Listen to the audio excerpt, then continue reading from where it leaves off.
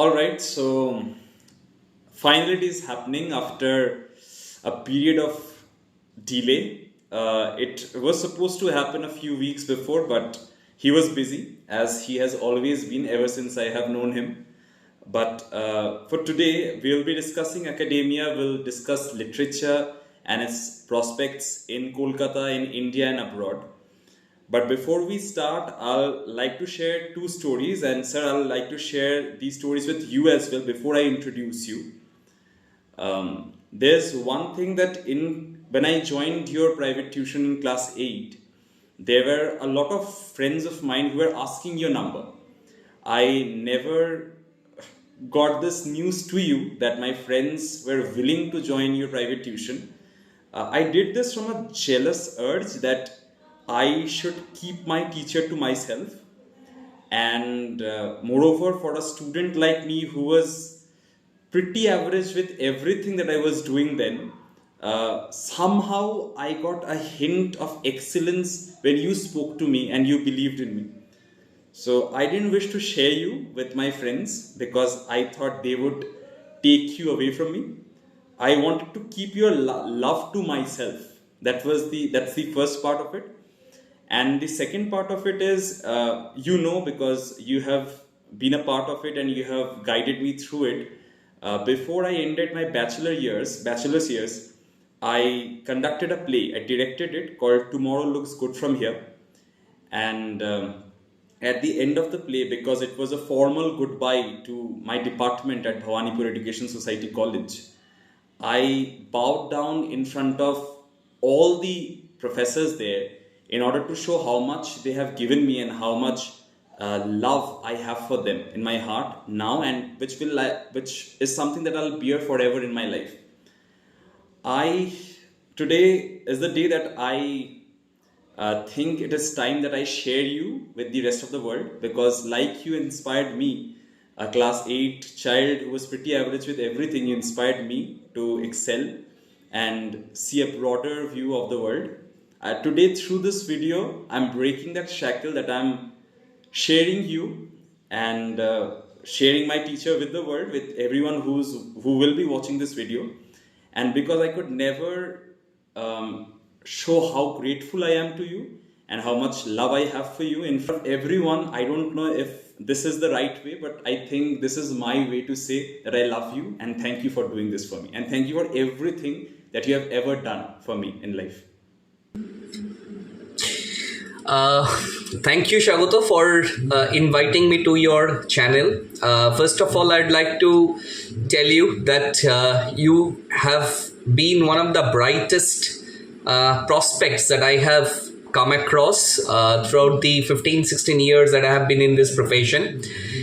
Secondly, I would like to say that that I have seen you grow over the years, and I have seen your journey, and I have always believed that one day your love for reading stories will take you to a long way. I mean, you will go quite a long way in this academic field or whatever field you belong to. I always believe that you always have the tenacity to move forward. Thirdly, I would like to say that this initiative that you have taken for a 20-odd-year-old young man to take this initiative, it is highly appreciated. Yes, there are certain things I do not always agree with, but then again, it's an initiative that I really believe it's very novel, and I strongly believe that you will succeed in this. You go on, you carry on, and over time people will connect with you, shower your love. As we all love you, they will love you too in a similar kind of manner. So, okay, we can start with your today's discussion. And of course, whatever we talk, whatever we discuss, at the end of it, I love you too. Thank you, sir. Thank you. To start with, I'll ask you to introduce yourself in front of the audience. Yeah, I am Pritam Chatterjee. I have studied literature in from President's University, and I have completed my net and masters, and then I have been in this profession of teaching for the last 15-16 years. I have been teaching English to students both at the school level and college level, and I'm still doing it, and we are right now trying to expand our institution. And I also love academia. I also love the thing that I love the most is reading, writing, and of course discussions like this, which are enriching to one who is on the other side as much as it is to me. So having said that, I believe I have seen over the years, I have seen quite a number of students. I have dealt with them. I still deal with them. Probably half of the hours of every day goes in dealing with these students.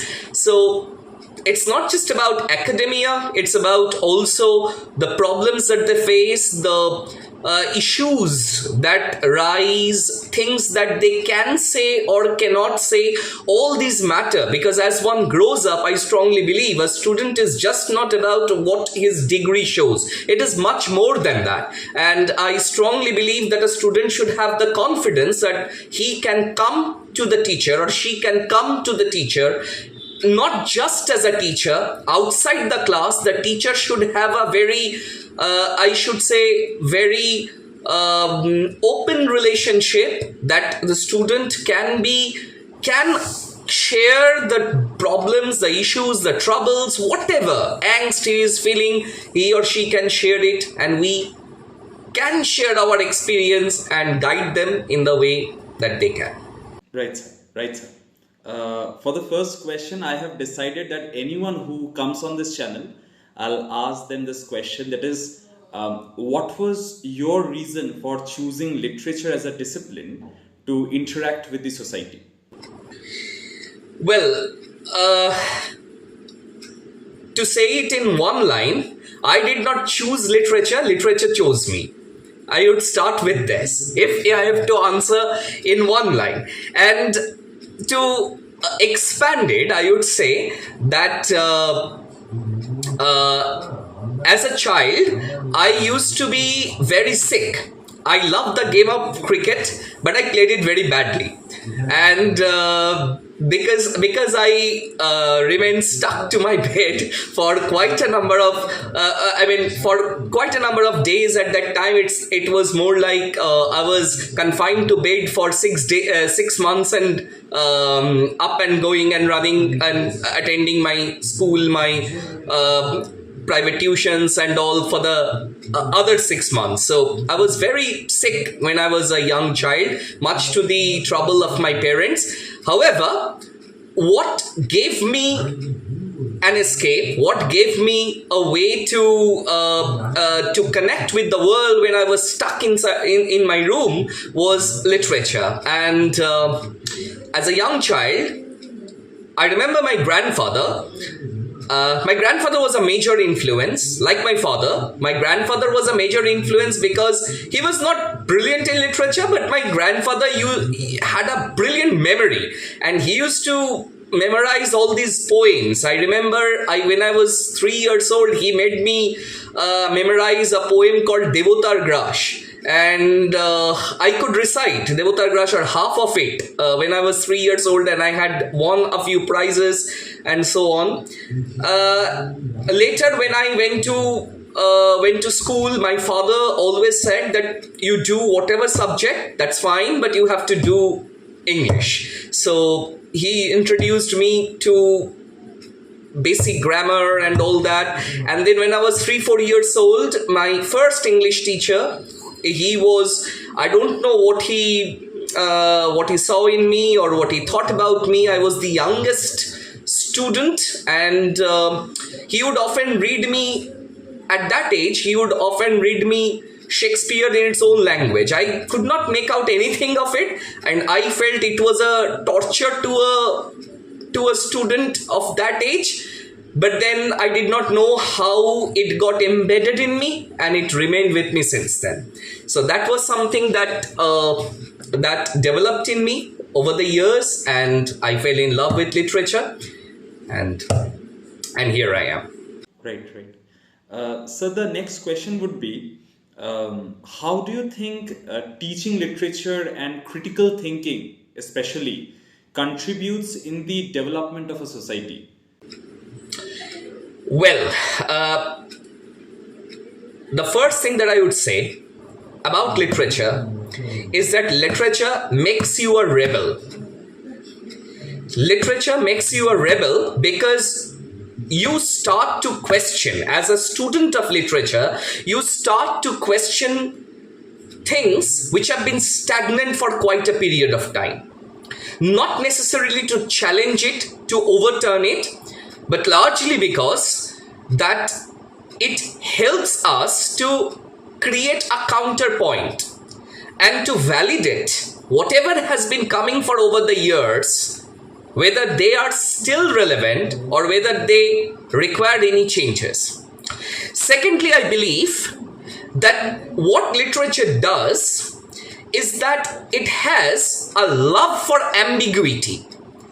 Rather than going for certainty, rather than going for something that is either white or black, it tries to understand the various shades that lie in between these two zones, or between these two polarities or extremities. So, as a student or as a teacher, you start to see that there are multiple issues or multi-layered stuffs within every aspect of society which gets reflected in literature. So as a student of literature and as a teacher of literature, I believe that literature should not just be read for academia, should not just be read for professional reasons. It should also be read because you grow up as an individual. A student or a person will grow up as an individual.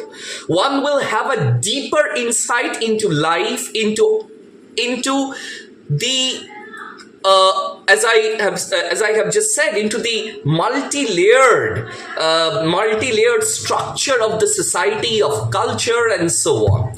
And thirdly, what it does is that literature opens the gate for a cultural assimilation, which is, it is not possible for us always to travel to various places. We open our mind to various cultures, to various thoughts. And often we find that our own thoughts resonate with theirs, even though we are separated by space or time. So, in that way, literature is essential for those who are students of literature or otherwise. Right, right. The next question would be, you said, with every answer you give, I get reminded of sitting in your classroom for like 7-8 years. So it has been almost 6 months that I have not sat there. So with every answer, I get reminded of that and I get slightly overwhelmed. So with the third question, because I've written it down, so it gives me certain clarity to stay here. And otherwise, I would have just asked you to talk. I can listen to you for hours on the go. The next question would be, you introduce yourself as being a teacher of English and literature, English grammar and literature for the last 15-16 years in Kolkata. So if you can share, how is the academia shaping up in Kolkata? How's your experience of teaching literature in Kolkata? Is the academia facilitating the growth of critical thought? Or is it making students snobbish and very technical and particular about their marks and about their results, instead of making them thinkers, critical thinkers for future? Right. Now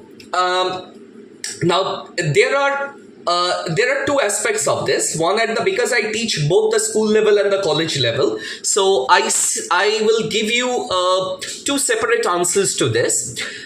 Firstly, at the school level is probably the period when you start reading literature largely because you love it. You read because of pleasure rather than because of a necessity. Because school books have 5-10 chapters at most, or 20 chapters at most, which I believe a sincere student can finish within 3 to 4 months. That is cannot be really qualified as literature.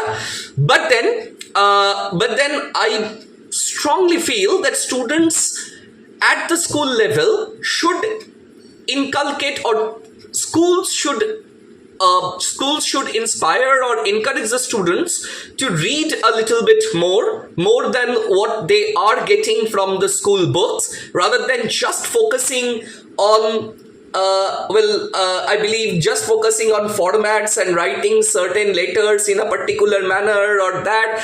I mean, they should develop critical thinking. Thankfully, there are certain changes that are happening right now in school level education because of NEP.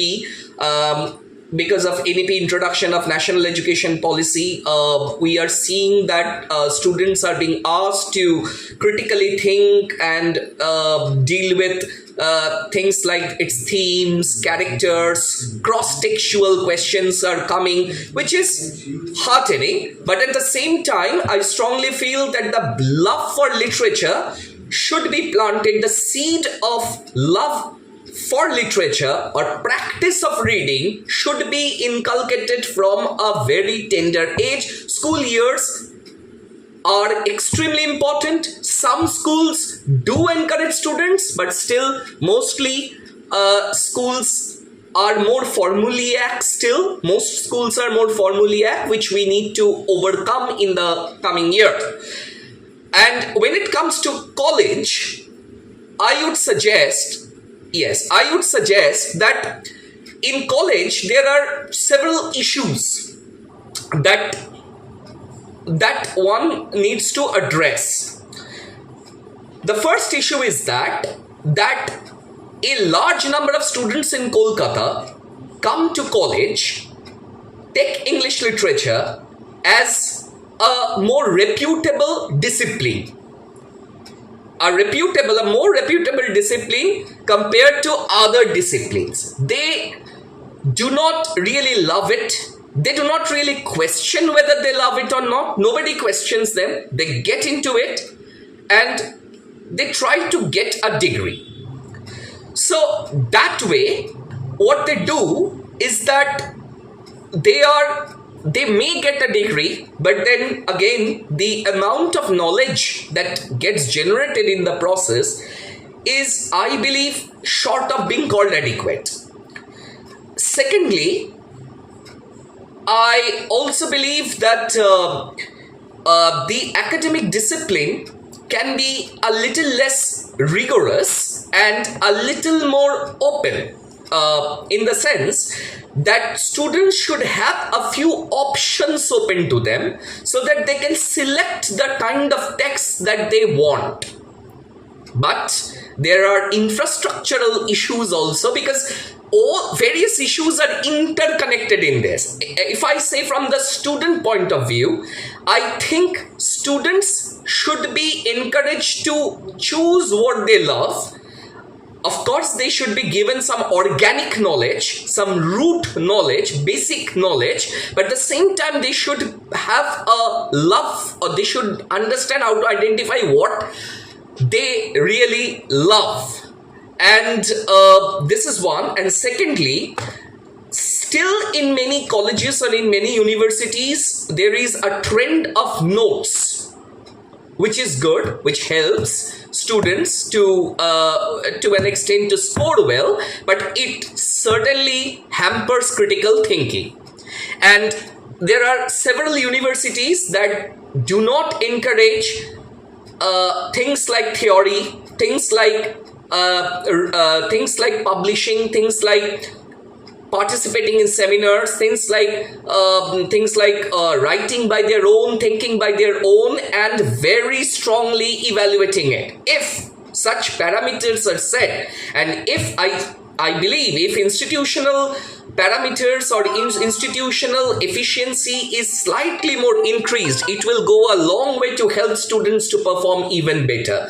From outside we can encourage, but institutional efficiency or institutional structures, academic structure, syllabus structure, or this institutional encouragement will go a long way to help students understand where they are lacking. By the time they realize, it's too late and they fall in a trap of what I would call academic hierarchy. Right, so they consider themselves as inferior, as outcast, and they hardly have time to recover because they are already in the real world, right? So this academic hierarchy can be reduced if from the very basic level, reading is inculcated, the habit of reading and critical thinking is inculcated. Reading widely, because a student cannot bring a literature classroom, or for any classroom for that matter, a greater treasure than a mind well stocked with books. Right. Right. The next question would be that you have studied both in University of Calcutta and Presidency University. You studied in Presidency University when it was not a university on its own; it was under University of Calcutta. So, can you No, just I give did a it. few- I did it both way. I mean, I did it when it was not a university, and later when it was itself a university. Right. So, can you just tell us how was your experience of studying English literature in University of Calcutta and Presidency University? Well, presidency always have an intellectual environment. Presidency always has, I would suggest that Presidency University, or rather Presidency College, always had this this element, or this I would say this characteristic in it, that it that learning learning, whether it's Presidency College or Presidency University, learning just does not happen within the classroom, it happens in the corridors also. Because what is discussed within the classrooms come out in the corridors, and there are very sincere students who come there competing with other students, and they come there and they sit there and they talk, and they just do not talk about literature, they talk about various other disciplines of arts, whether it is music or films or sports or any other stuff that we can think about, even religion and politics. It's a rich discussion that happens even outside the classrooms. Another thing that I would say when it comes to Calcutta University, a difference between Calcutta University and Presidency University is that, as I have just mentioned, Calcutta University is more organic, meaning that of course there is a change right now, but over the years I have seen that Calcutta University has been more organic. It focuses more on the roots, and there is I would say an extreme emphasis on British literature and what would I say, traditional syllabus and traditional literature. However, Presidency University or Presidency College has always encouraged the students to read beyond that. So we see such areas of interest which are relevant today.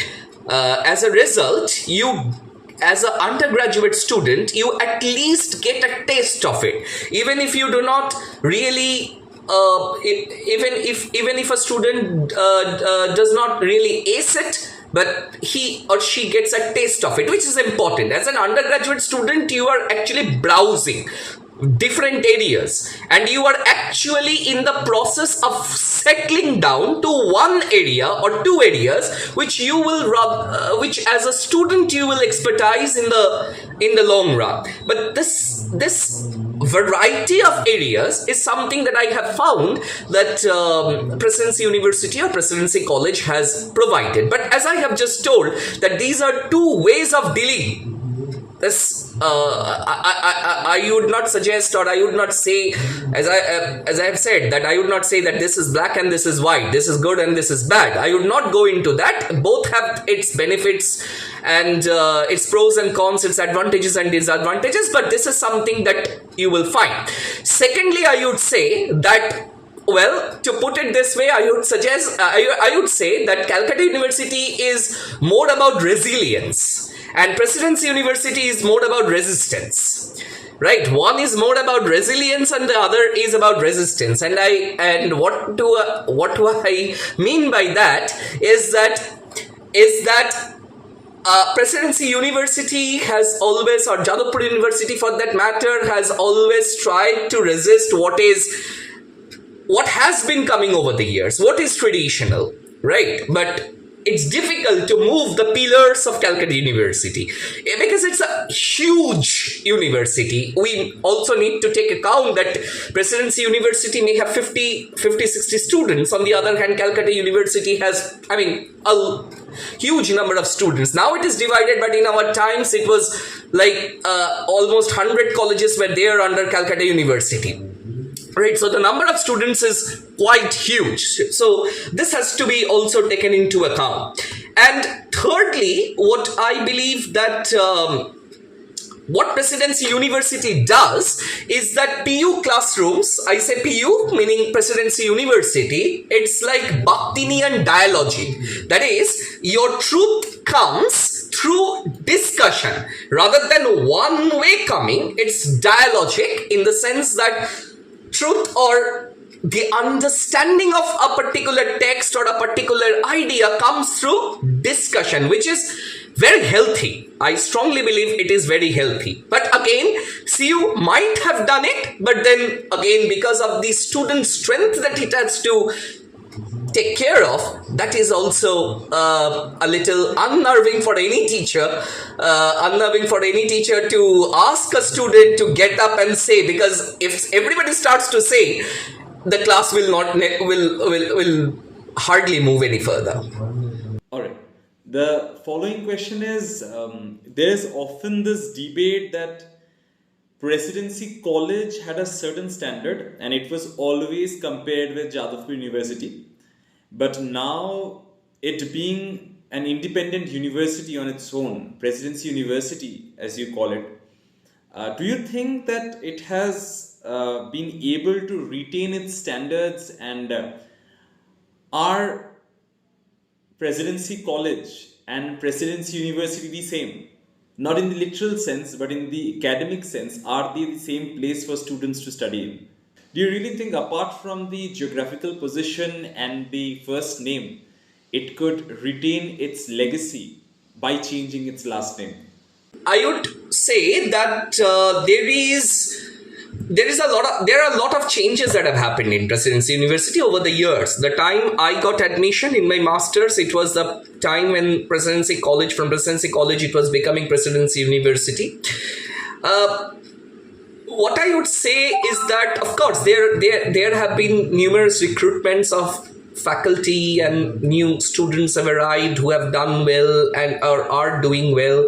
So I would not go to this point that what is better or what is not, because that would be very subjective way of thinking. But then one thing that I would, or rather two things that I would say about university is this, that I have seen certain number of teachers leave, professors who have left the university because of certain, I would say, bureaucratic lapses to an extent, because they found the atmosphere of the university not congenial to the kind of teaching that they have done over the years. But at the same time, there are political issues that are also involved, infrastructural issues that are also involved. As I have said, there are some bureaucratic issues that are involved.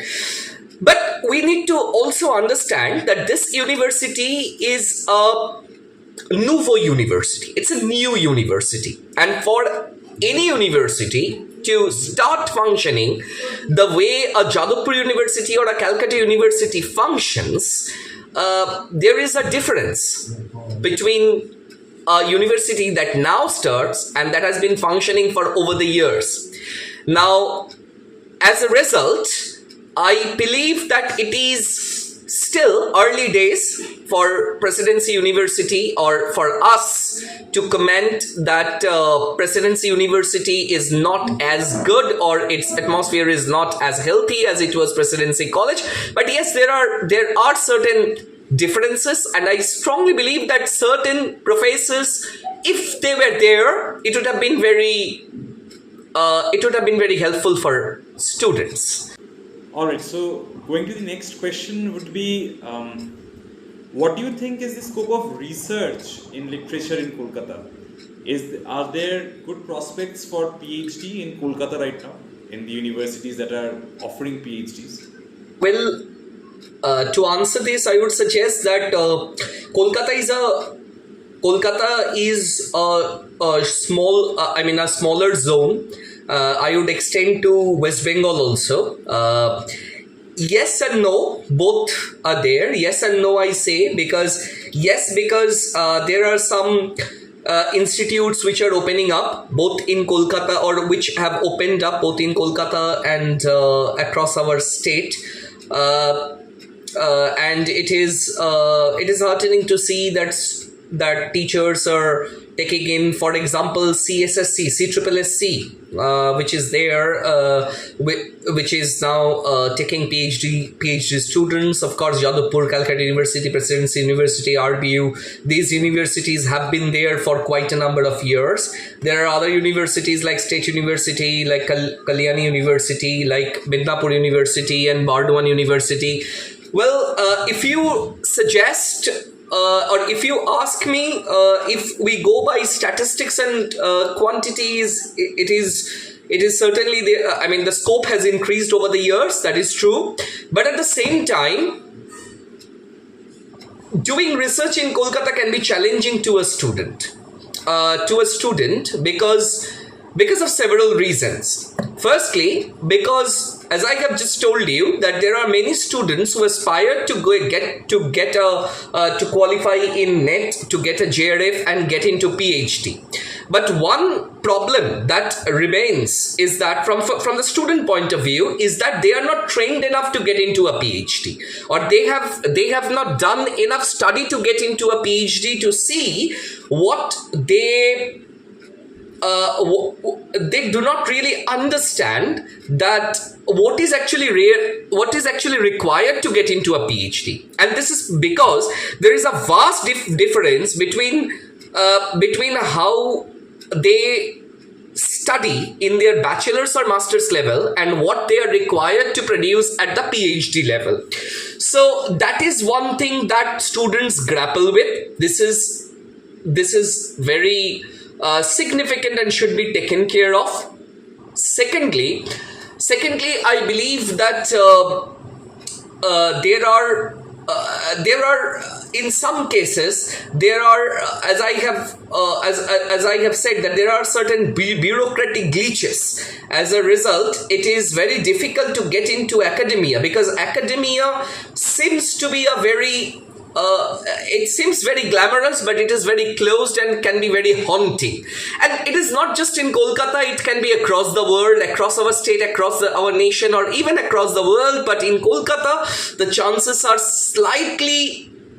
I think it's slightly more challenging to get into a course, because those who are getting there, it's very good. They have done fantastically well, but there are other students that we should take care of, who are trying to get into a PhD, who do not have the fund or who do not have the privilege or luxury to get out of the city, to get out of the state. For them to get into it, it often takes years before they get the opportunity, and it often takes more than your academic performance to get into a PhD. This is something that our state is probably our state infrastructure, state educational infrastructure should take care of. It is there. outside our state also. But yes, this is one thing that I have seen, that it takes more than academic performance to get into a PhD, which is very demanding. And just getting into a PhD is only the beginning of the struggle. The doing PhD itself is a major struggle, because we need to understand that unless a person can feed himself and his family, to do critical thinking, right, is not easy. It is easier, as I believe and as I say, it is easier to feed than to educate. It is easier to feed than to educate. So you need to take some radical measures in order to strengthen the academia in the way that more and more students are encouraged to get into academia, to do PhD and so on. Right. Before we proceed with the discussion, I would like to state a few things to the people who are watching this video. First of all, I am here sitting in Shillong in the month of March. So it's pretty cold outside and the weather is comfortable. So it is fine by me not to turn on my fan, and I can stay here comfortably. But he, being my teacher who has been in this profession for so long, it took me only a fraction of a second to ask him not to turn on his fan. But he's in Kolkata right now, and the temperature is soaring high. It's almost 33-34 Celsius there, but still he is doing it. He has not turned on his fan. He's sitting there for, maybe it's already almost 30-35 minutes, and he'll sit there for another 30 minutes maybe. But because he is doing it, I think, sir, it's something not everyone does. And teachers should be like you, that who do the right thing. No, if it helps students, if our interaction is in any way going to help students, I'm ready to do that. We'll proceed with the next question. We often discuss the syllabus of University of Calcutta, Presidency University, Jadavpur University. A few days back, I did an interview with a PhD scholar who is at NEHU, and he studied at HCU for his masters, and he went to DU for his bachelor's, and he also did his MPhil from Jadavpur. So we were discussing the syllabi of all the universities and how it facilitates a literature student. What do you think with the NEP and the new syllabus that has come in, and the way the universities have tried to change and alter? Through the national education policy, two things have been, among several other things, two things I believe have been targeted. One is this, that a homogenization of the syllabus, that syllabus are often the syllabi are often disparate, and they are different, and often students suffer from this, especially when they go to all India level exams. That to an extent has been mitigated. Secondly, I believe that it is too early to tell, because it has just come. We have just got a national education policy, and it's only 2 years, and it is going to evolve over the years. But one thing I would suggest, whether it is national education policy or CBCS or any policy that is being taken, when it comes to, as far as literature student is concerned or teaching of literature is concerned, I think two things have to be taken care of. And this is important. One is that at the root, one must understand that the goal of any policy should be like this for a literature student is this, or any literature syllabus should be that firstly, the student should start loving what they read. That is important. They should start loving what they read, because at the outset, it is you and the text. Nothing else. Nothing comes in, right? It's you and the text. So it's like a conversation going on, a dialogue between a thinker who has written it and a thinker who is reading it, or maybe rewriting it in the process of reading. And once this develops, once one gets this taste, then one should also be given this taste, how to think critically, right? Whether and while I say how to think, I have found that over the years, especially in Calcutta University, I mean, in several universities, I have seen that at the bachelor's level, they have, I mean, these universities have somehow been a little shy in incorporating theory in the syllabi, and that is something that students have to really struggle with. So especially when they go to masters, or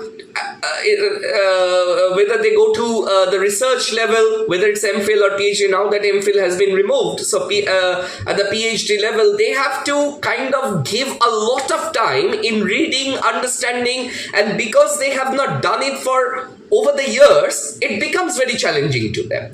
So one thing I would suggest, that maybe for the first 2 years, or first 2 semesters, you develop a pleasure for reading. A person should love to read, and then you train the student to understand how it academically works, how to think critically, how to connect between texts, and questions should be encouraged. I mean, questions should be formed or formulated in such a manner that such critical thinking is encouraged. Rather than teachers focusing on note building, the teacher should have the luxury to have the scope for mind building or concept building. So that is something I think that is something is still not there, whether it's CBCS or NEP. I mean, in several universities that is lacking. Right, right. With the next question that I have in my pipeline, before starting it, I'll like to say that I'm currently pursuing my master's in English literature from the English and Foreign Languages University Regional Campus Shillong. But I had no intention to come here. Initially, in the last semester of my bachelor's, I was all for Ashoka University because the only reason was Janice Barrett was teaching there, and I have this affinity for creative writing. I thought if I could go there, I would learn creative writing and I'll write stories and I'll be connected to stories in a from a creator's part, not from an academician's part, but from a creator's part. But there were three people. One was Pritam Chatterjee, one was Dr. Gargi Tolapatra, and the other was Shayan Chatterjee. The later two are my college professors. All of them insisted just a simple thing that CUET is an experience, and you didn't appear for it in your bachelor years. So for your PG, appear in it for once, so that you have an experience as a literature student that what sort of questions one can expect, and if at all there is an opportunity outside the city, and if the government is doing something to facilitate these scholars. So as usual, as it happens in stories, the one you aspire for is not to be achieved by you, but there is something better that is waiting. So Ashoka University rejected my application and I got into the English and Foreign Languages University. But the primary focus was there that I want to study more, I want to have a greater exposure, and I want to see what opportunities are there outside the city, behind which these three people had a major influence. So like you, sir, said that I should go outside and find opportunities for myself outside the city. Would you recommend other students to look for opportunities outside the city? And if yes, why? I would say yes, because within our city, the scope, as the number of students are growing over the year, I mean, every year the number of students are growing. There is a inflation in marks also. So getting an opportunity at the PhD level or the research level in our city is limited. Going out is important. I mean, is important because, of course, there are several factors that need to be considered, because not everybody can afford to go outside, as I say, and for them there should be adequate facility and adequate infrastructural set up so that they can do their research work here also, or quality study here also. But it is also true that a lot of students are migrating from this city, or they want to migrate from this city, largely because going abroad not only gives them an opportunity to see what it means to read literature, or read for that matter any discipline outside the city. At the same time, I have particularly wanted you to get in, and I would suggest that one factor that plagues not just our city universities, but it plagues most of the states in our country, that there is a very unhealthy student teacher ratio.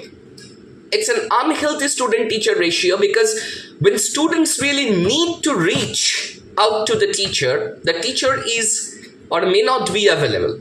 Not necessarily because they do not want to meet, because we need to understand that even the teachers have their own struggles going on, right? They have their seminars, they have their paper publications, they have their stuffs that they have to deal with, and the students have their own stuffs to deal with. So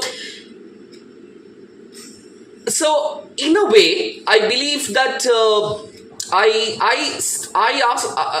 was in favor of you attending FLU Shillong, particularly because I felt that the student teacher ratio is slightly more healthy, or I mean is healthier than what it is in other universities. Of course there are many stalwart professors who are teaching in several universities across India, across our city. They're fantastic, but often they are unable to attend their classes, not just necessarily because they do not want it, but because, as I have told you, there are several things that they have to take care of. It's easier to sit and say that to give a blame game, but we need to understand that at the end of the day, they are also human beings, and they are also individuals who need to deal with a lot of stuffs, and academia is never easy. Even just reading for pleasure is not something that you often get a chance to as you get into academia. People say that as you are a literature student, you can pick up any book or do anything.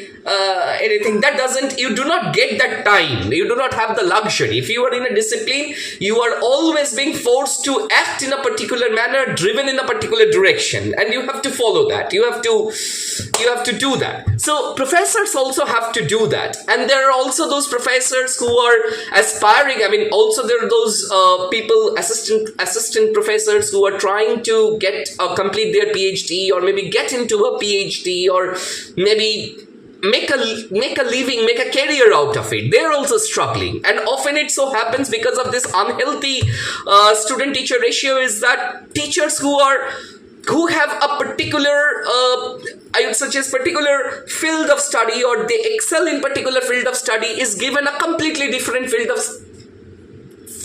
to teach, which is again very taxing for that teacher, especially because he or she is studying something else for himself or herself, for his or her own academic demands, and he has to do something else when he comes to the classroom. So all this have to be taken care of, and it's not about the city, it's not about the state, or it's not about the country. I always suggest that go to a place which does two things. One, asks you to critically think, reason, this is one. And two, there is a healthy student-teacher ratio, so that you can reach out to the teacher and teacher knows you. Because in academia, knowing a student is very significant, is very important, I believe. Right, so one should know, because in a class of 200 students, you might give a brilliant lecture, but 180 of them will fail to make anything out of it. Right, so that is the thing. I would not say geographically, but again, I would say infrastructurally. Great.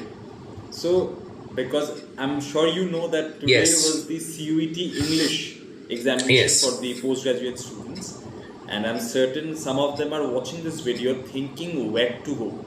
because on the list of central Right. universities there are too many, and it is difficult for a just passed out UG student to understand the professors and the work that they have done, and the amount of help that they'll get if they get admitted Yes. to a certain university. So, if there are five central universities that you can name where students can go and give reasons why they should opt for those universities, it Okay, might be I very will useful for give us. you a few names, but again, if I choose any five out of it, it would be slightly. I think it would be slightly unfair because choosing these universities may have factors beyond just academic. Because one needs to take care of how far it is. I mean, at what distance it situated from the place that the student lives in, the cost of living in the city, and there are several other factors that you have to take care of. But the first and foremost thinking that the first and foremost thought that a student must have as he or she is trying to figure out which university to enter is, as I have just emphasized, is whether the university has a healthy student teacher ratio. That is very important, rather than just listening to a professor or just going by the name doesn't help. What helps is how far you can interact with your teacher, right? That is important. But again, of course, the top universities would be certainly Jawaharlal University, Delhi University, I mean, FLU. Then there is Banaras Hindu University. These are the top universities. There are many candidates who also prefer to go to Jamia Millia University and Aligarh Muslim University. I mean, because I believe that your audience spans across caste, religions, and gender, and all that. So these universities can be the University of Hyderabad is there. Of course, our Vishwabharati is there. These universities are there, but as I said that student teacher ratio, that's, if I would have to choose, I would see that where is the what is the student teacher ratio there, and I would suggest that one should go there. Of course, let's say for example Vishwabharati University, if someone chooses Vishwabharati University, if one ranks in a manner or ranks in such a manner that he or she gets an opportunity, I would suggest one can go to Vishwabharati University, especially because one can get I would say taste of or a flavor of Indian aesthetics, because that is something that Vishwabharati University largely promotes. There are many such things like oral storytelling. Then there is environmental humanism. These are things that you see in Vishwabharati University. For example, if you go to I mean, let's say if you go to JNU, if you go to Jawaharlal Nehru University has fantastic environment and fantastic professors.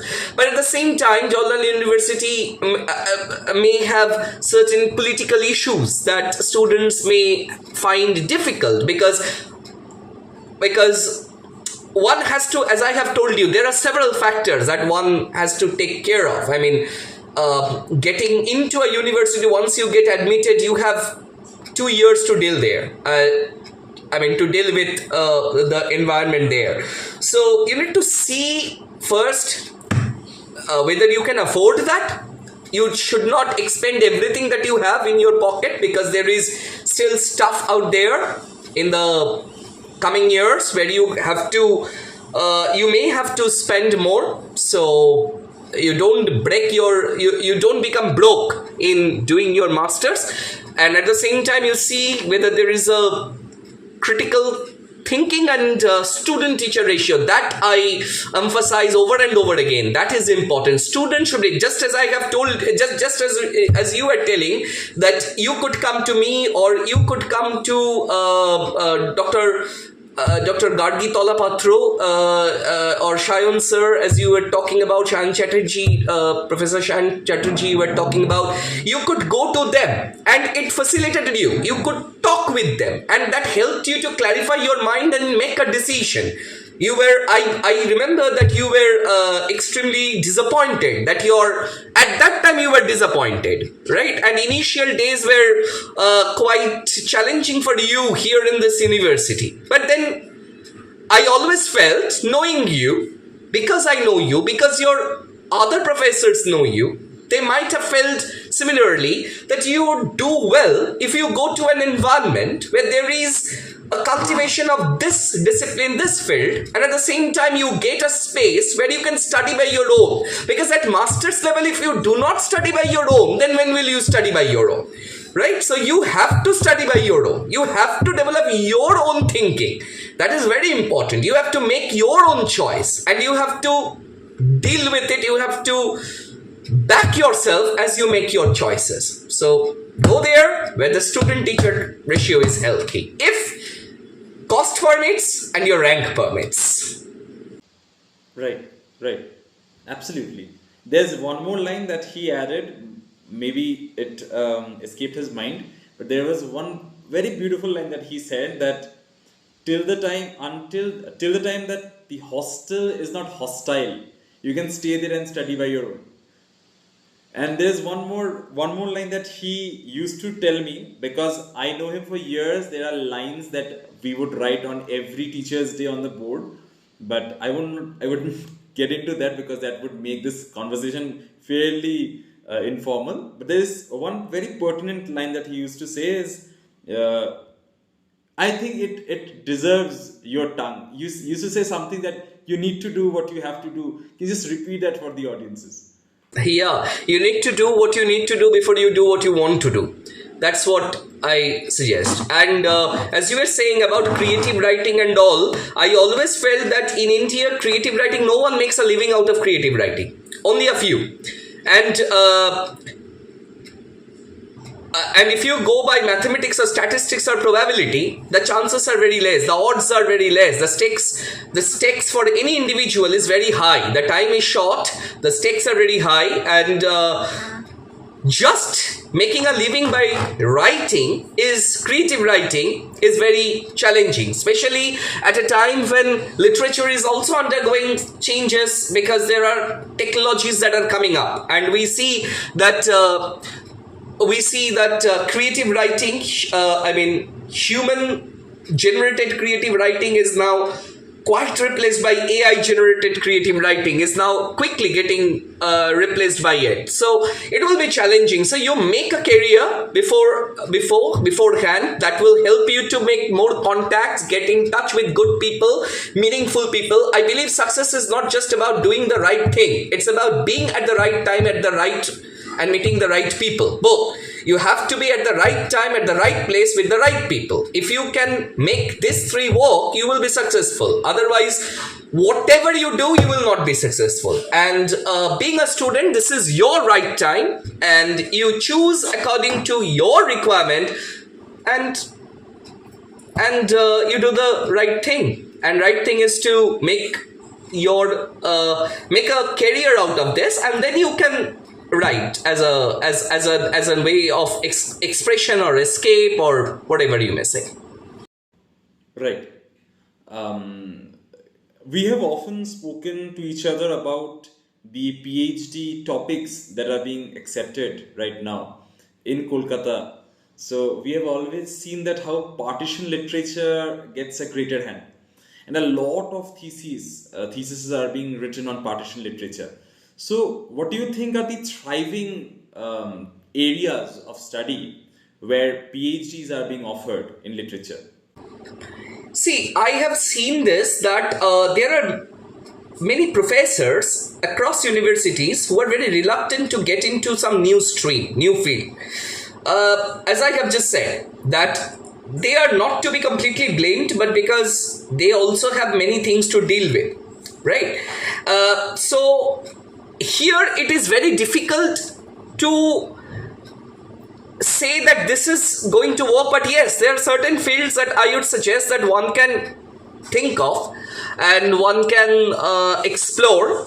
For example, of course, eco-criticism is a very thriving field. Eco-criticism in various ways. I mean, like as I have mentioned before, that there are, as I have mentioned you also, that there are many such fields, like for example, which are thriving outside, and I believe in the next 5-10 years it will come here also, because once scholars start to come in doing that, they will also encourage scholars here. Or there are many centers of excellence which have exchange programs, MOUs, where student exchange happens, and there will be intellectual, I would say, intellectual transaction that will happen over the years, and I think this will come. But I feel eco-critical literature or eco-critical field, I mean, eco-criticism is something that is like petrofiction, hydrofiction.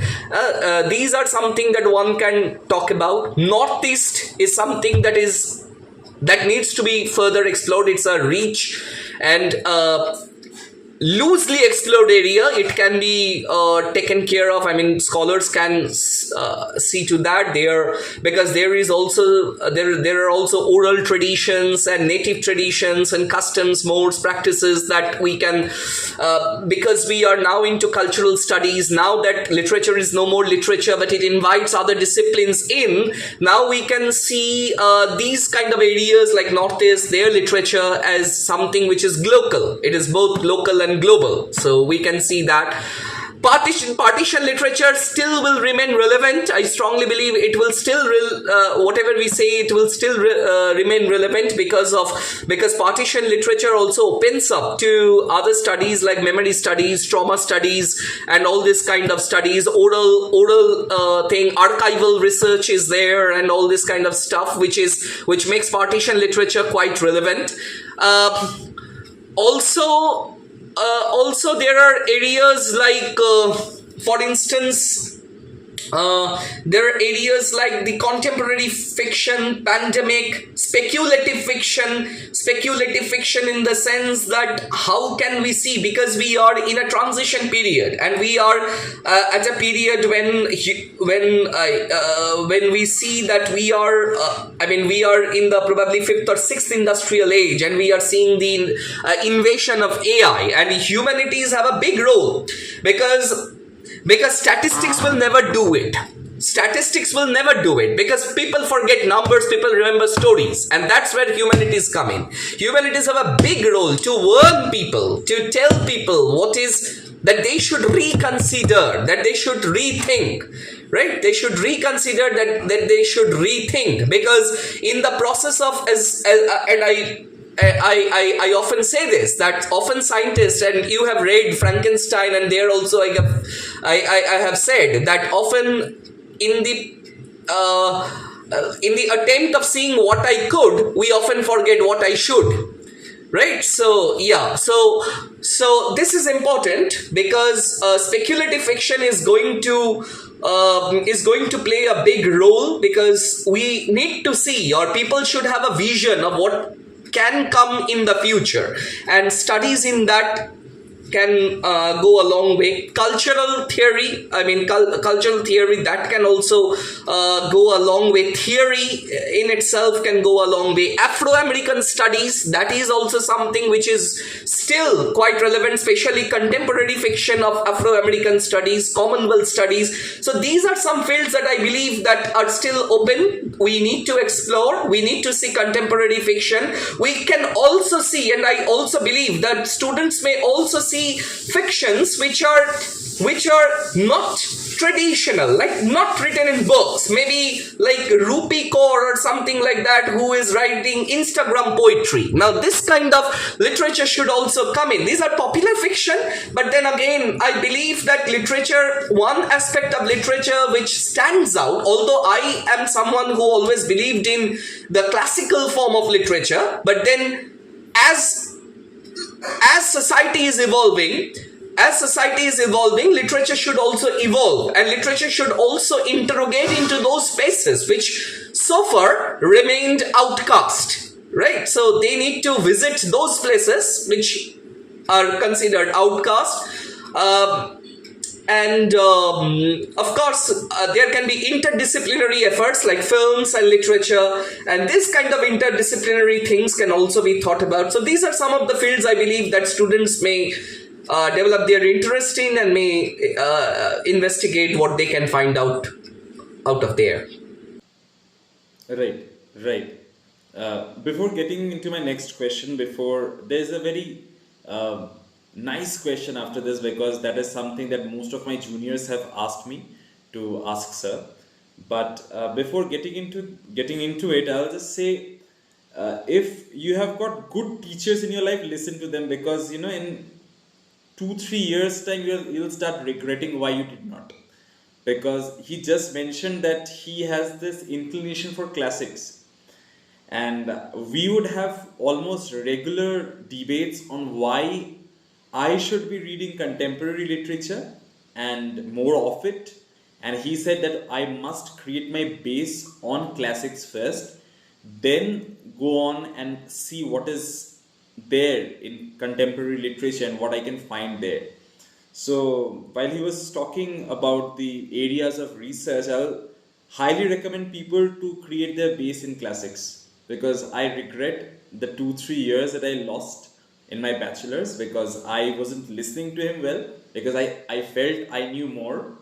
But I think with age, with when you come to masters and you're inching towards your PhD, you understand what your teachers were saying, because they have seen more of academia, they have read more than you. So if you have got good teachers, just, I won't say blindly listen to them, but listen to them, because somehow they'll just propel you into building something that they have always aspired to. So with the next question, sir, I think it is something that most of them have asked me. Should one prefer going abroad for their masters? The question is, should one prefer going abroad for their masters? Okay, I'll come to this. I'll answer this question, but because you are talking about classics and you were talking, I just want to mention one thing, and I want to give one example, and then I will go to this question. Right. So, allow me that. And okay, let's say. I told at the right at the beginning of this session that I was introduced to Shakespeare when I was very young. I hardly understood, could make out what Shakespeare was about.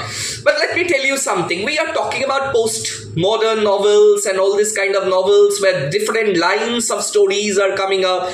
You often used to say it's like a helical or DNA structure where several threads of stories are coming in and all that. You have yourself written a novel, published it in Amazon, and you have been appreciated, and you tried to take a leaf out of the book of Rushdie. You were largely influenced by Rushdie, and so on. But let me give you a simple example why I insist on studying classical literature as a basis. Let's say, I mean, it would be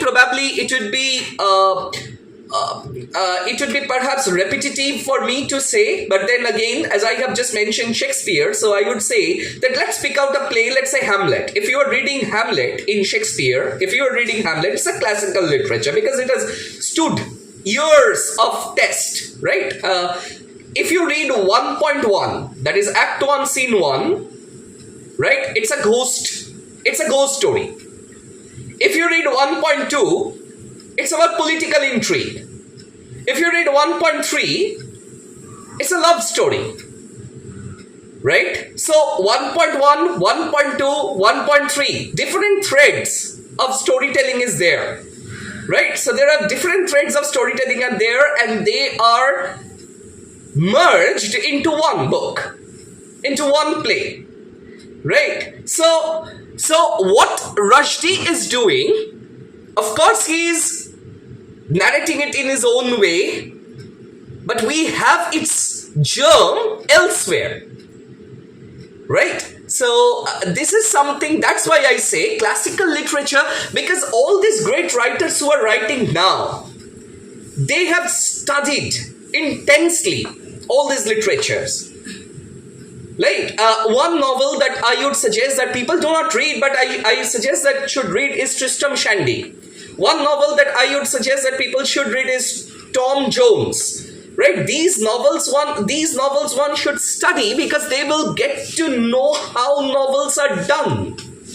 Right, how novels are done, the intricacies of novel, the art, because a creative writing classroom cannot teach you half of that what you will learn out of these masters of storytelling. Right, they are masters of storytelling. They have something for you, for everyone out there. If you can develop a taste of it, you will.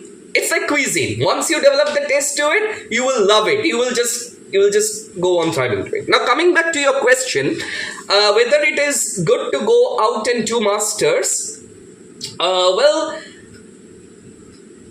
see, going out for masters, if you get a scholarship, a healthy scholarship, and if you have enough financial support, then that is fine, you can go out. But as far as I know, having seen students over the years, most of them come from families who are from middle class or lower middle class families, right?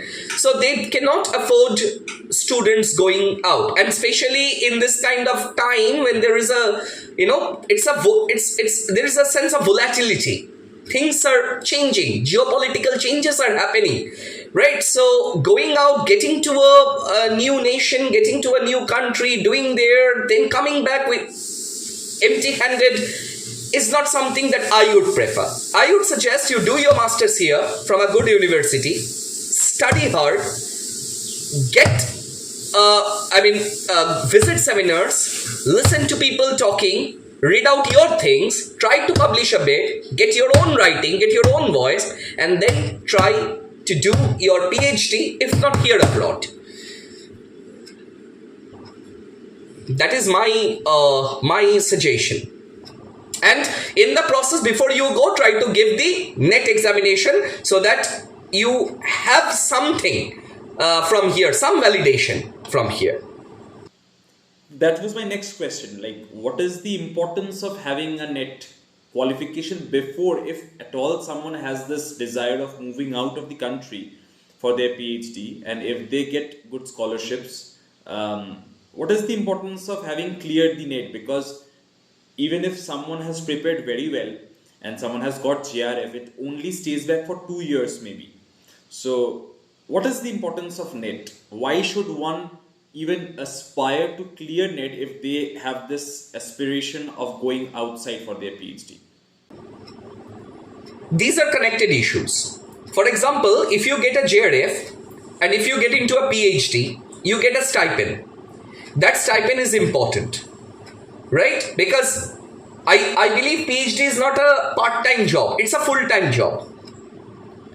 And it's a full-time job. And if you go abroad, and if you ask any professor, I have told you also, if you ask any professor that I am doing PhD, but I need some extra funding and I want to do some other intellectual work, they would say no. You can go to a gas station and work. You can go to a restaurant and work. You can sell anything on the street. You can be a vendor, but do not engage that machinery of your body that will that is engaged in the major working. That is working of your real work, right? The real stuff that you are doing. So here in our country, we need that stipend. I mean, students need that stipend, right? Students need that stipend because one is doing PhD, let's say at 25, 26, 27, 28, even 30 years, right? So they have to take care of their family too. They have other things to take care of. And NET is important so that they get a stipend, right? At the same time, because you qualify NET, because you are qualifying that NET, it allows you the luxury to return. Because if you return, you can apply. And it also builds a strength. Because see, it's more like saying that it may not be so important abroad, but then if you have qualified, and if any professor or someone sees it that you have qualified net, it might not add to the CV that you have sent, the resume that you have sent, but certainly you have been acknowledged by the authorities of the nation, right? So somehow it adds to the value that you are bringing to the universities or taking to the universities outside India. Okay, okay. So, can you suggest a few scholarships that you know of that people who have already done their masters or perhaps would get into their masters? I'll just give a small context because only a few days back there was a workshop organized by FLU Shillong with a tie-up with Study USA, where they discussed that one should start looking for their PhD opportunities outside, means abroad, at least 12 to 18 months prior their completion of masters, which you also suggested me. So it is very difficult to look for scholarships at times because the currencies are different. First of all, the second is we do not know how's life outside and what sort of money that one requires. So how does one understand what are the scholarships that one should look for and where to? Well, now because of the proliferation of internet, online videos and all, you can get all of them. Like there are scholarships, like in America, most of the universities allow you to do your PhD almost free of cost. I mean, I'm saying almost free of cost because they provide you healthy stipend or they give you a student come teaching basis. So it gives you enough monetarily to take care of yourself, and maybe if you are doing well there, and if you are fortunate enough, you may send a few bucks here also to your family.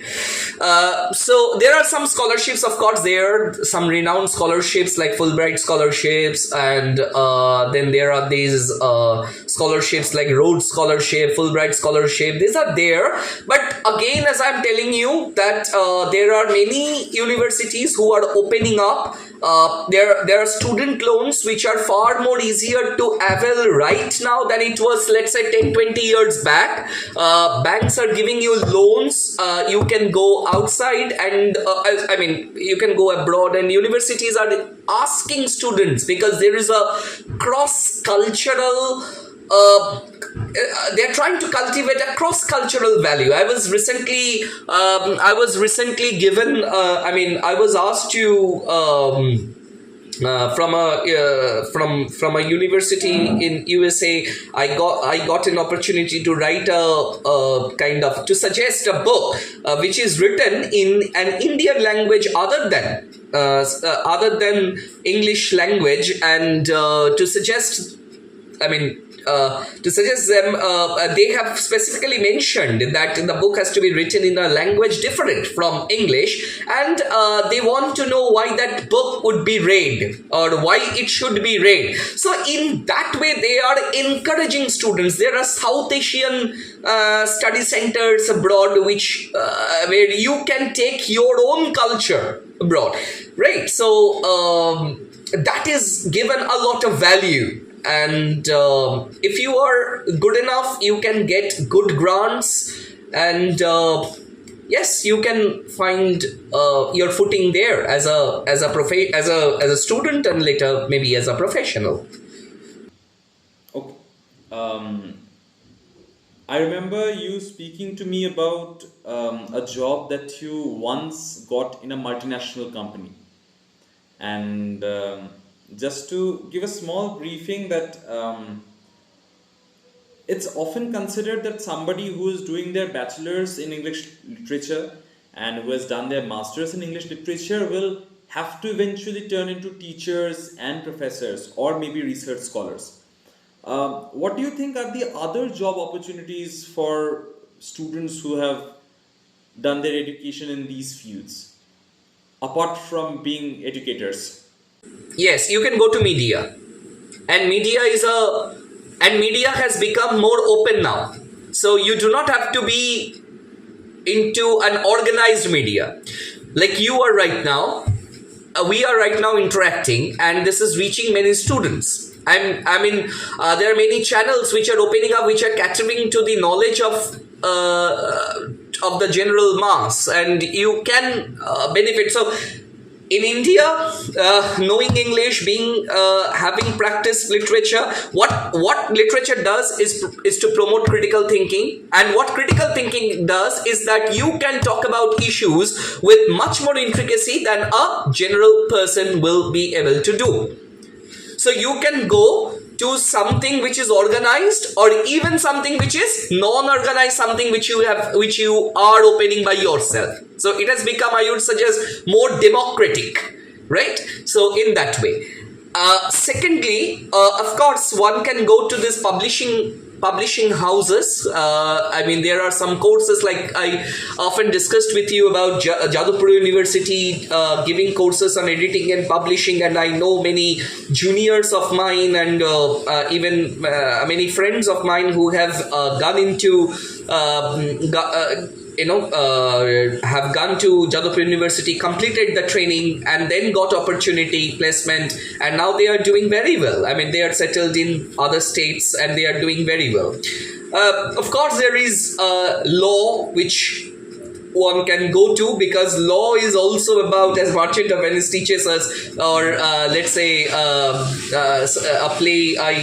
I'm failing to recall the name, John Galsworthy's play, but nonetheless, so there is this play which was there. I mean, what my point is that law is something where you require the expertise of expression. That is, how you put something forward, it matters as much as what you put forward, right? So that is also important. So you can go there. So these are some avenues that one can explore, and there are freelancing jobs like content writing. There people are doing well in content writing. We need to understand one thing. We need to shake off this idea that the traditional job sectors will work. Traditional job sectors are closing, and we need to figure out and we need to understand that these new sectors can thrive, will thrive, if we are good enough and persistent enough in that field. Absolutely. With your answer, I have got two connected questions. Then we can end this session.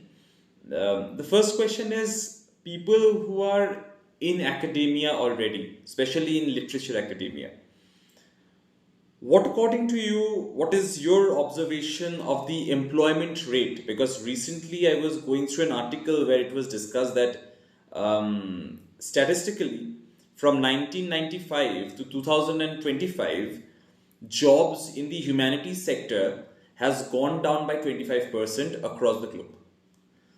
So, what do you think is the employment rate and the chance of landing with a good paying job in Kolkata if you have studied English literature in your bachelor's and in your master's?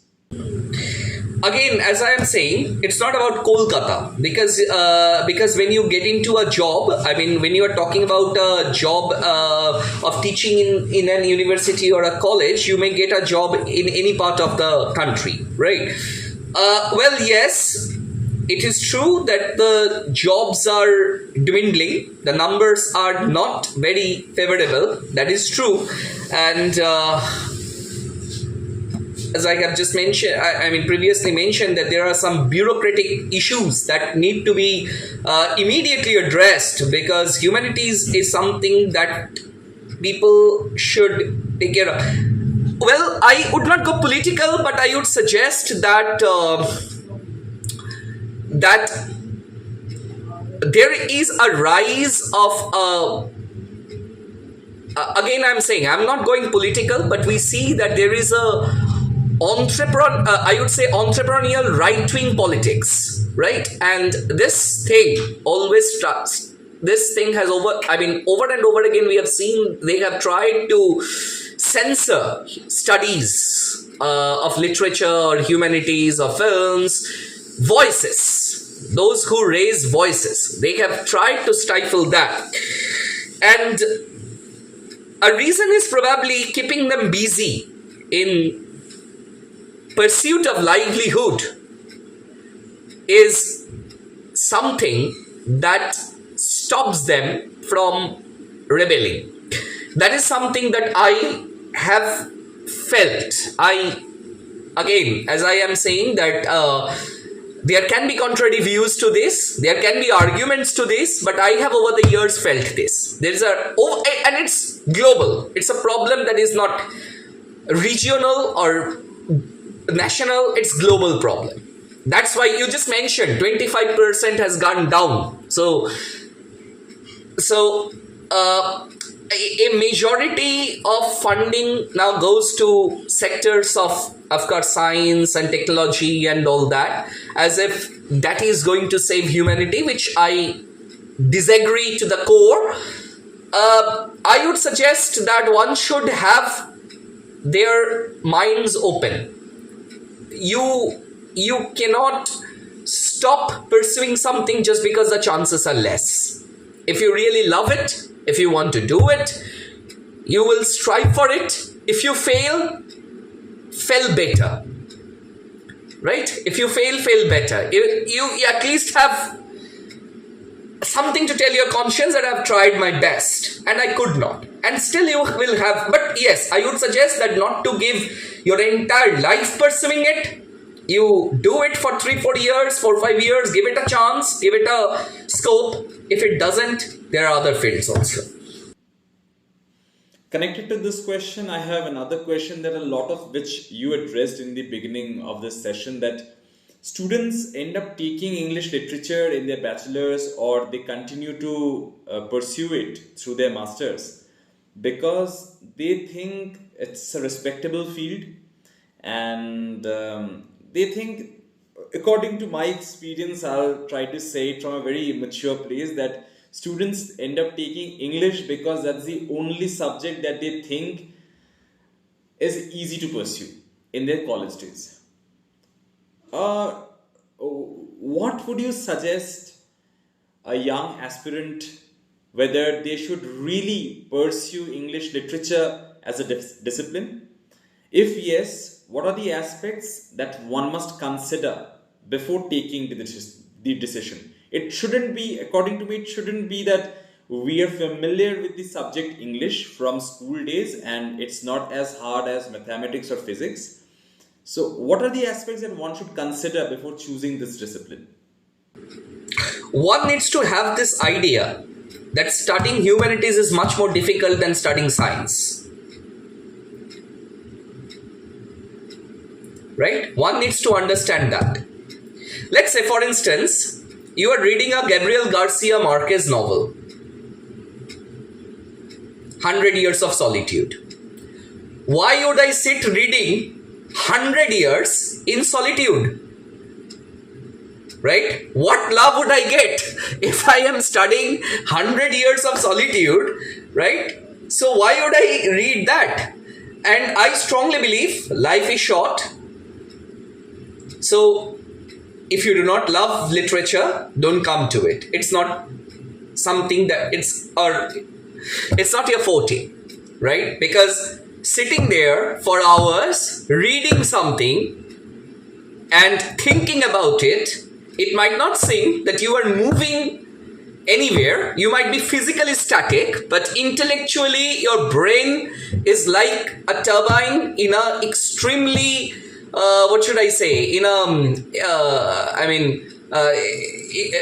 it's working like a turbine in a dam, in an extremely efficient dam. So your brain is working. It is not an easy task. You will not last. One will not last. I mean, not you. I'm talking about people in general. One will not last. So I would suggest students that do not come to literature because you consider it as a choice, a reputable choice. Come to literature because you have found some meaning in it. And when I say that, I mean that one needs to have a practice of reading and thinking That is very, very important. Without that, one will not last very long in literature. He may have a degree, but the degree will be only of paper value and nothing more than that. Right? So, and unless you have some very heavy backup from somewhere, I would suggest that don't come to literature. Literature is not everyone's forte. One can go to science. Science can help you to learn equations, and equations can help you to solve problems, but humanities will not work. And as a student, you must have understood, as all of us as students or teachers, we must have understood that literature is not a discipline. It is the discipline which invites many other disciplines. So you need to be open to all these disciplines. So you cannot say that I'm very good at physics, just like that, or I'm very good at quantum mechanics. You need to have some knowledge about philosophy. You need to have some knowledge about psychology. You need to have some knowledge of this and that and different fields. And you will always feel that enough is not enough. And if you are bored as I have told you, 100 years of solitude, that's what you will face. So it's better that you don't come to it. This is the first criteria. The second criteria is that the process will be long. If you are coming for a shortcut, don't come here. The process will be long, time-taking, painstaking. Are you able, what threshold of pain you have? That is important. How far you, again, it comes out of your love for the subject. Right? So these two are major issues that students should consider before they come to literature. And as I always say, that you can develop mathematical skills by learning a formula, but you cannot develop a vocabulary or you cannot develop a reading skill if you do not, or if you haven't done it over the years. So as students, practice it. It's like training your mind muscle. So if you go out there thinking that I will work out like a rock or like Arnold Schwarzenegger, you will try bravely, fail miserably. Right? So yeah, so it is better that you train yourself, your mind muscle, and then you come here. Because it's a time-taking process, tedious process. It's fun to do, but not fun to be around.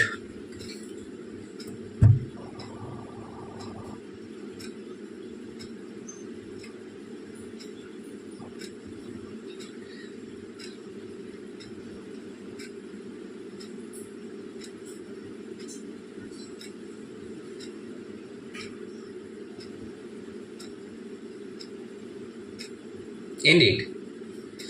I believe, as I have just one thing, as I have just said, that don't listen to the French fanatics. The French have imposed theories on us, right? So you just read for pleasure and then go to the French people. So you do not have to always go to theory. It's okay. It's okay if you read just for pleasure. Once you develop the pleasure of reading, even reading theory can become pleasure.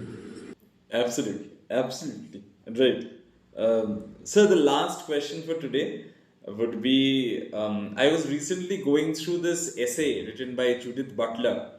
It is not, I don't know if it's available in some other place, but people can definitely check it out from, there's this web page called LitHub, and it's a lovely page which posts some seriously good review, and they also post discussions and essays that are quite credible.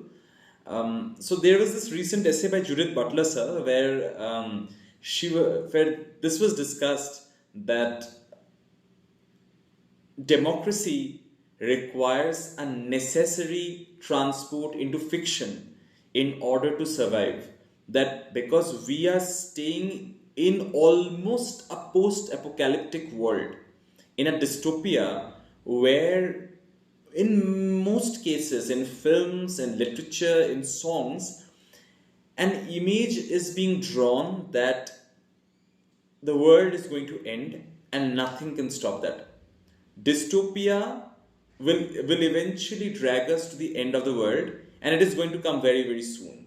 And this is eventually making people and mankind extremely lazy, because they think if the world is going to end anyway, why not exploit all the resources that we have in hand right now and die happily that we didn't miss anything? What Judith Butler argues is we need a necessary transport into fiction so that democracy understands that there can be a world beyond the dystopia. There's still time to fight back, there's still time to revive what we have lost. And I'm certain that writers like Margaret Atwood, through her books like Oryx and Crake and The Year of the Flood, they have envisioned a world that exists beyond the dystopia. Even writers like Charlotte McConaughey in her Migrations has said, where at the very end the protagonist wishes to commit suicide because she thinks her purpose of life is gone. The last line of the novel states that maybe there are still some species left in this world to be saved, some people who are still clinging on to an ounce of hope that maybe things will change, and we shouldn't get lazy and we shouldn't write off the opportunity that we have, the one last chance to fight back and change the world. The last question is, does literature have the power of changing the world? If yes, why? Yes, literature has the power to raise the alarms. It is, I believe, literature is a sensor of the society.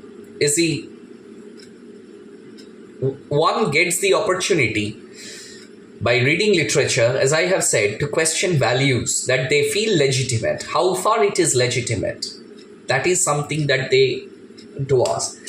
But you need to understand that this apocalyptic novels, these dystopias that you are talking about, they are important too. Because let me give you a simple example to explain this.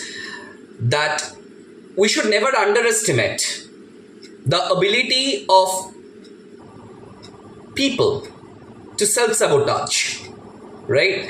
Let's say, for example, if you go to a film, you will see that it begins with an advertisement of, let's say, why we should not smoke, and still people come out and smoke, right? But at the same time, it has done quite a lot. Maybe the son sitting beside the father, who is probably pulling the t-shirt and saying, why are you smoking if you have seen it inside? I mean, haven't you learned a lesson out there? So I get this example because if you train literature, or if you train young brains, if you train literature to young brains, to young minds of tomorrow, we can expect that there will be people who will try to fight it out, and perhaps it will make it a possibility for us to see a silver lining beyond the cloud, beyond the shadow, right? We can see a silver lining. And as I have just told you, that teaching literature is in a classroom is not just teaching a student a discipline. It is about thinking in a democratic manner, right? Classroom should be that, as I have just I previously said, it should be dialogic, and the understanding of something should come out through like some kind of Socratic method, some kind of dialogical interaction.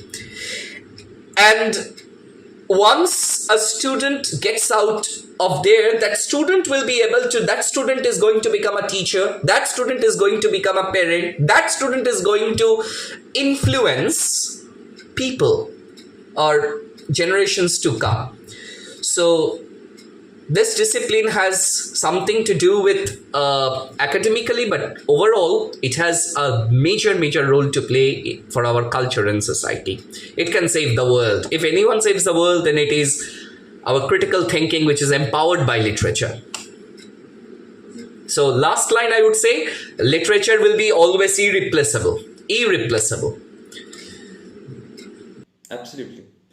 But sir, I like through the answer that you were saying at the end, and maybe through the entire context, I was thinking how to end this session, and truly I haven't found an answer. So I'll request you that the way you used to end the classes, and with the high stride and the energy and the enthusiasm that you imparted to the students to read, I'll request you to end this session on my behalf. Okay, again, Shagota, thank you for inviting me here. And I am now going to address the budding scholars, the scholars who are going to come in the years. I would suggest read literature because you feel a passion for it. Make it your livelihood, at the same time your life. Literature will go a long way to give back. It gives back. It is something that will always be with you when you feel alone, depressed, sequestered. It will give you solace. So pursue literature do not lose heart. And if you have a voice to raise, do raise it. Raise it for yourself, raise it for others, raise it for family, and make literature a part of your being. And just do it.